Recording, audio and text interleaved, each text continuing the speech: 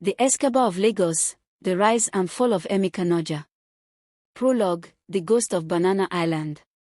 In the opulent, man-made paradise of Banana Island, Lagos, where billionaires' mansions kiss the brackish lagoon waters, a single, burnt-out shell of a villa stands as a silent, cautionary tale.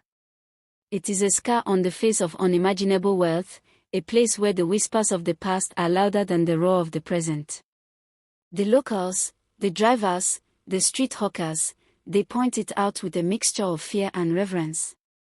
They speak of a man who once owned the island, not just a piece of it. A man who was both a demon and a deity, a ruthless kingpin and a beloved benefactor. They speak of Emeka Najja.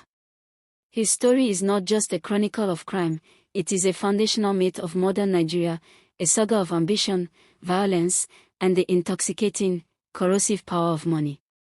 It is the story of how a poor, ambitious boy from the dusty streets of Ajegunle became the most powerful and feared man in the nation, challenging the very foundations of the state itself. This is the story of the Escobar of Lagos.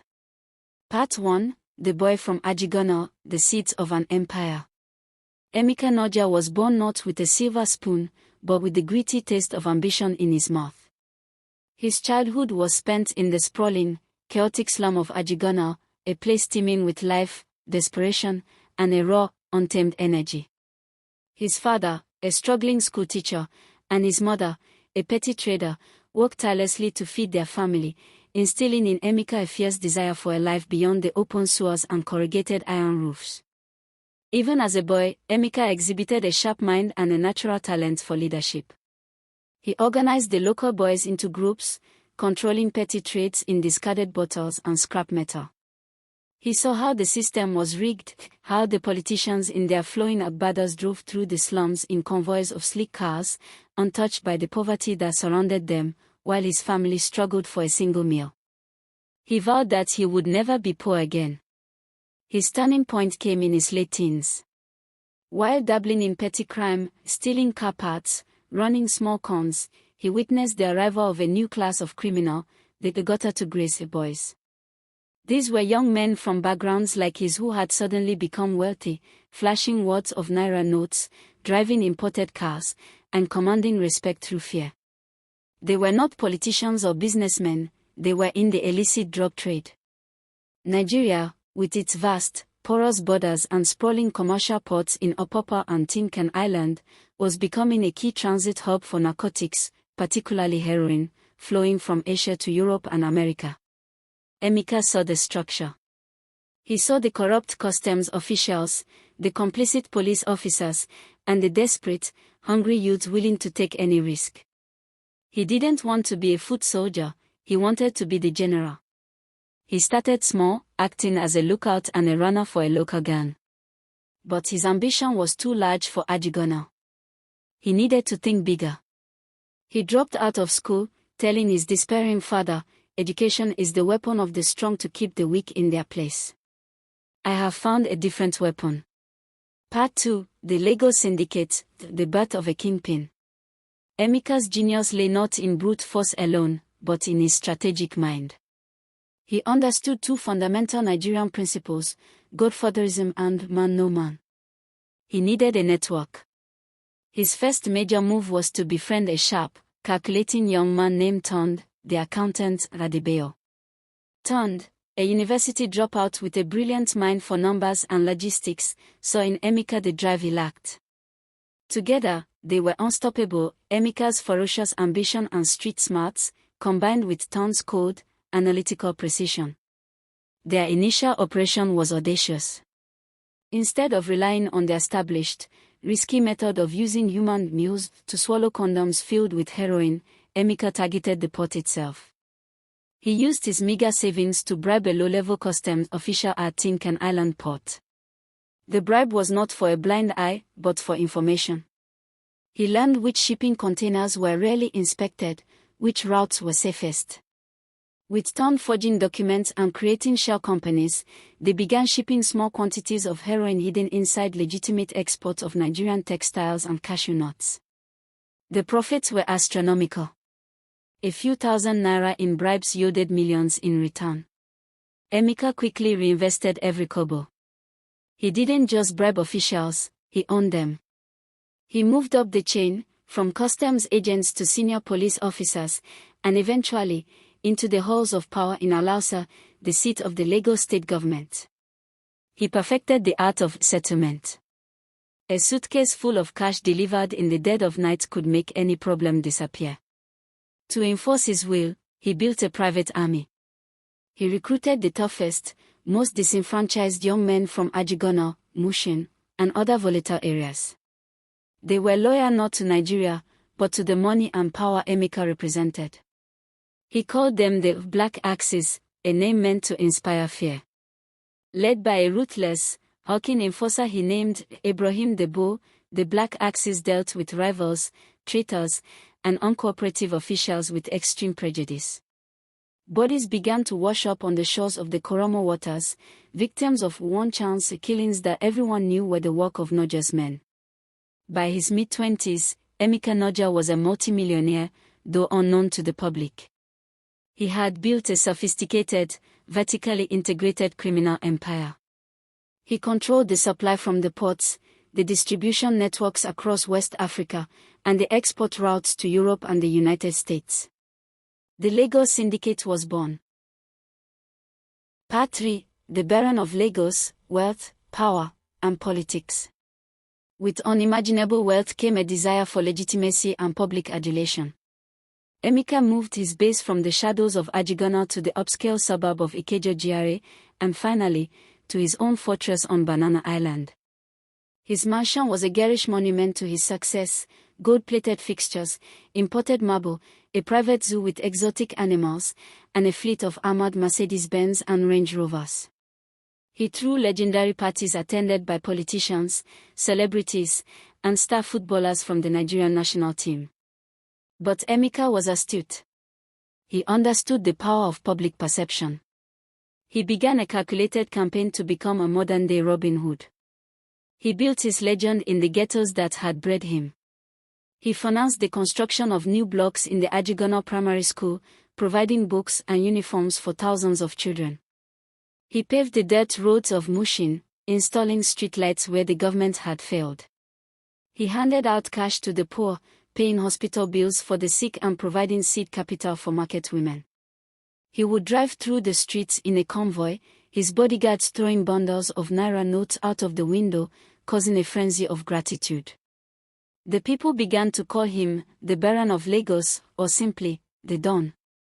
To them, he was not a criminal, he was a savior. A common refrain in the streets was, "Najja gives us what the government cannot."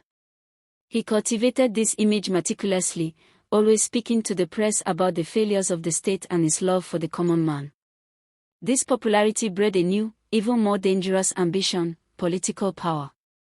In the lead-up to the 1983 elections, a period of intense political turmoil in Nigeria, Emeka decided he wanted a seat in the Senate. He joined a prominent political party and used his vast wealth to fund his campaign.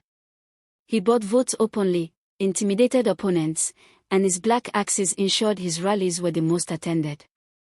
For a moment, it seemed the drug lord from Ajegunle was about to become a respected lawmaker in Abuja. The political establishment, however, was horrified. They had tolerated his criminal enterprise as long as it stayed in the shadows and greased their palms. But a narcotics kingpin sitting in the Senate? It was an existential threat to their legitimacy. The powerful Kaduna Mafia, a loose grouping of powerful northern military and political figures, and their southern allies moved to block him. Despite his popularity and spending, the election results were adjusted, and he lost. The defeat was a profound humiliation. It was a clear message from the elite: you can be rich, but you will never be one of us. The benevolent Baron of Lagos persona cracked, revealing the furious, vengeful kingpin beneath. The war was about to begin.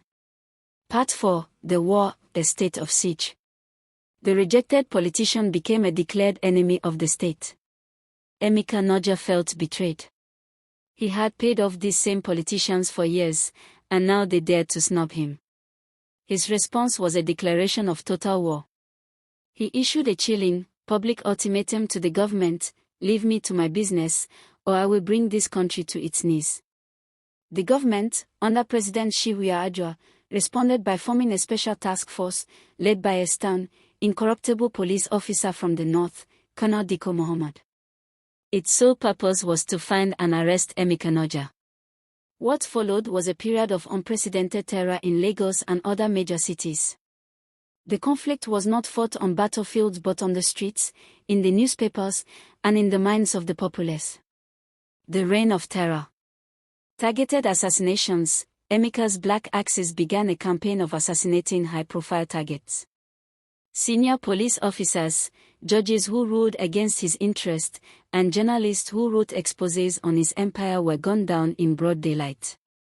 The most shocking was the murder of the popular anti-corruption journalist, Dele Giwa, who was killed by a letter bomb, a tactic never before seen in Nigeria. Bombings. The syndicate began planting bombs in public places. Shopping malls in Suralere, car parks at the National Theatre, and even police stations were targeted. The goal was not mass casualties but mass panic. He wanted to show the government that nowhere was safe. The entire nation lived in fear. The extraditables. Emeka formed an alliance with other major Nigerian drug lords, like the flamboyant Billionaire from Benin and the quiet but deadly a doctor from the east. They called themselves the extraditables, swearing a blood oath to fight any attempt to extradite them to the United States, which was now intensely interested in Najja's empire. Colonel Dikko's task force fought back with equal brutality. They raided Najja's properties, arrested his associates, and engaged in bloody shootouts with the Black Axis. The police were not constrained by the rule of law. They executed suspects, tortured family members, and created their own climate of fear. The city of Lagos was the primary battleground. The Third Mainland Bridge, a symbol of Lagosian ambition, became a site of car chases and ambushes. The Oshodi market, usually a hive of commerce, would often erupt in gunfire. The nation watched in horror as its commercial capital was paralyzed by a war between a criminal and its own government. Part 5. The Phantom and the Price, La Cathedral and Betrayal. The pressure became immense. Emeka's inner circle was being picked apart. Tond, the accountant, was captured in a raid, though he refused to talk. Ibrahim the Bull was killed in a spectacular raid on a hideout in Ibadan. Emeka was constantly on the move, a phantom haunting his own empire. The weight of the war, the loss of his closest allies, and the constant threat to his family began to take a toll. In a stunning, strategic move, Emeka Najja offered to surrender. But it was a surrender on his own terms. He presented the government with an offer they felt they couldn't refuse. He would turn himself in, but only if he was guaranteed he would not be extradited to the US, and only if he could build his own prison. Exhausted by the conflict and the damage it was doing to the nation's economy and international image, the government, now under President Ibrahim Babangida, agreed. It was a secret, humiliating deal. On a secluded hilltop in Enugu, overlooking the city, Emeka Najja built his own prison. It was not a cell, it was a luxurious compound dubbed the Haven by the press, but known to insiders as Najja's Palace. It had a football field, a nightclub, a jacuzzi, and satellite communication. He lived there with his most loyal lieutenants and his family. He was, for all intents and purposes, still in charge. He continued to run his empire by mobile phone, receiving visitors, and even ordering hits from behind his own walls. It was the ultimate symbol of his power and the state's impotence. This arrangement, however, could not last. The new government of General Sani Abacha, a man with no tolerance for challenges to his authority, decided this farce had to end. The international pressure, particularly from the United States Drug Enforcement Administration, DEA, was overwhelming. Plans were drawn up to move Najja to a real, maximum security prison in Kirikiri. Emeka got wind of the plan. He knew that in Kirikiri, he would be vulnerable, and extradition would be inevitable.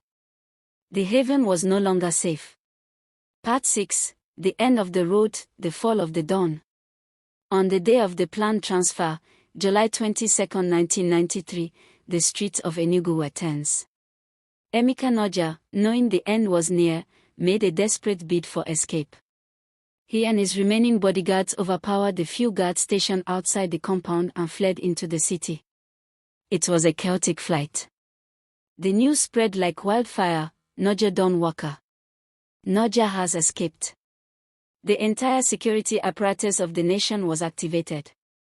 Colonel Dikko's successor, a relentless officer from the State Security Service, SSS, led the manhunt. They tracked his movements through a combination of old-fashioned police work and intercepted phone calls to his family.